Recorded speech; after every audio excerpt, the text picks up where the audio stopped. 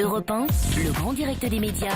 C'est tout comme. Bastien Mignot nous a rejoint. Bonjour Bastien. Bonjour Jean-Marc, Et bonjour Mireille. en l'honneur de notre invité, vous vous intéressez donc au parcours de Mireille Dumas. Avec grand plaisir. Alors, chère Mireille, ce soir, les téléspectateurs de France 3 s'en mettront plein les mirettes. On se penchera sur le destin de Grace Kelly, mais aussi sur celui de l'inoubliable Lady Di.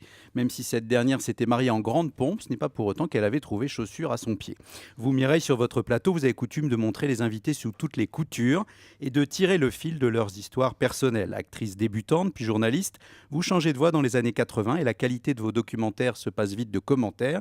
C'est dardard que vous êtes nommé au 7 d'or en explorant jusqu'à satiété les sujets de société. Avec votre méthode bien à vous, vous interviewez sur l'intimité sans pour autant intimider. Vos invités révèlent l'envers du décor avec à la clé des audiences qui décollent.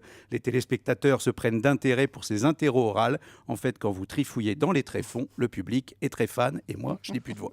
Pourtant, Bastien, France 3 a annoncé la fin de cette émission. C'est ce qu'on disait il y a un instant quand on parlait avec Mireille Dumas.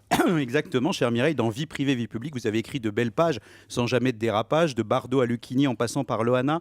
Les célébrités ne cherchaient plus à s'abriter, allaient jusqu'à dévoiler leurs secrets les plus sacrés. On se souvient par exemple que vous aviez tendu l'oreille à Hardy, Françoise Hardy, pour qu'elle explique le sujet du tronc à la racine. Sur votre divan, même les divas ne se laissaient pas aller à divaguer, de la psy sans ineptie, des questions à la Lacan mais jamais à la con, et des conversations sans malversation, avec toujours la même honnêteté intellectuelle. On vous a parfois pris pour Freud, mais jamais pour fraude. Bref, chère Mireille, même si votre émission arrive au bout du trajet et laisse vos fans outragés, on sait qu'on ne tardera pas à vous revoir. Vous allez encore travailler pour le service public de façon permanente. Vous qui avez toujours été super bouclé, vous resterez quand même overbooké. Merci beaucoup, Bastien Mignot.